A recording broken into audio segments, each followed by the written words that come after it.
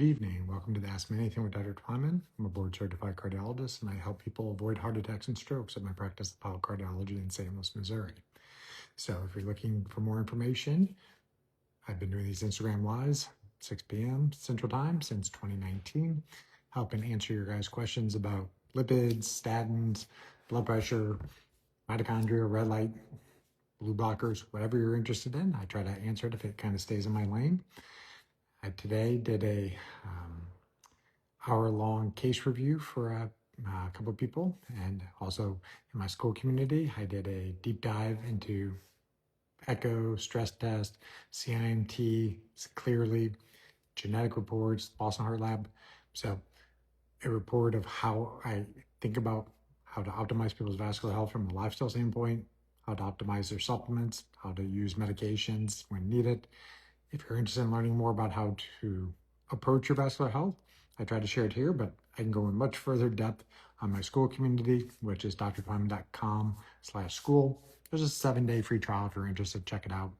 I do at least one monthly Ask Me Anything there. We go, up to an hour and go deeper on questions back and forth. And today I shared a podcast that I did last week. It's not even fully released yet, but I have the audio recording from my side of the interview and ran it through some AI summaries. So it's all bullet pointed out, talking about carotid scans, talking about mitochondrial functions, talking about peptides. So if you're interested in that, check out my Skool community. So with that out of the way, we'll jump into the other questions for tonight. First question up tonight. If a calcium score is 0 for a 40-year-old, is there a good chance it will still be 0 in the next 10 years?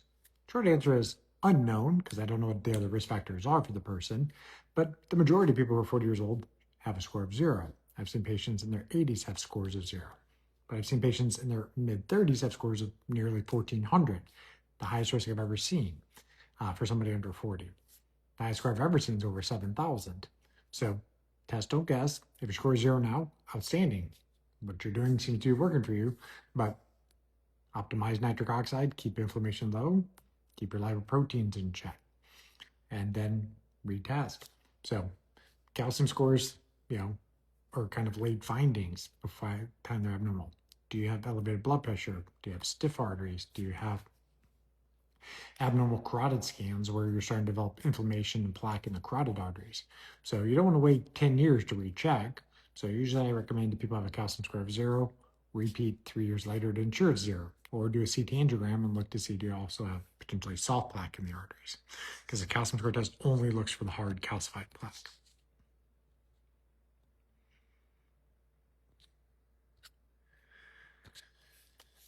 All right, question about sauna and cold plunging. So what effects do those have on cardiovascular health? So sauna adds infrared light to your body. Cold has an effect on the mitochondria and electron flow. Cold also helps you, basically create your own infrared light from shivering and creating heat. So they help with mitochondrial function.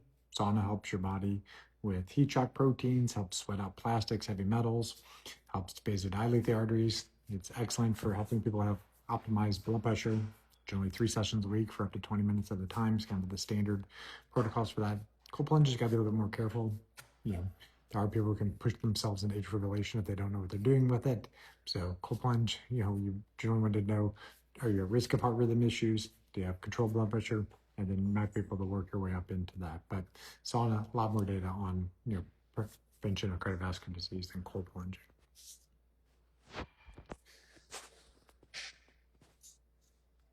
And then the last pre-submitted question tonight is, can eating a whole plant-based diet stop plaque progression? The short answer is possibly, but it doesn't have to be. So food will have a role on vascular health, but you have to think about how healthy is your glycocalyx, which is the coating of the arteries, and the underlying endothelium. That's the protective force field. If that layer is healthy, you can almost eat anything. If that layer is not healthy, if you have issues with spikes of glucose, which can be done from plant foods, you're eating too many carbs for the amount of activity you're doing or how much muscle mass you have. So plants aren't necessarily going to be healthier than animal-based, and what are you trying to optimize for? First, food is electrons. It's information about your environment. Are you getting enough electrons for your mitochondria? How much energy do you need that day? Eating foods that are within season, eating foods during daylight hours. Those are things that can help your, circadian rhythm stay in check. So it potentially helps, but you still have to look at, is it causing any oxidative stress or inflammation? So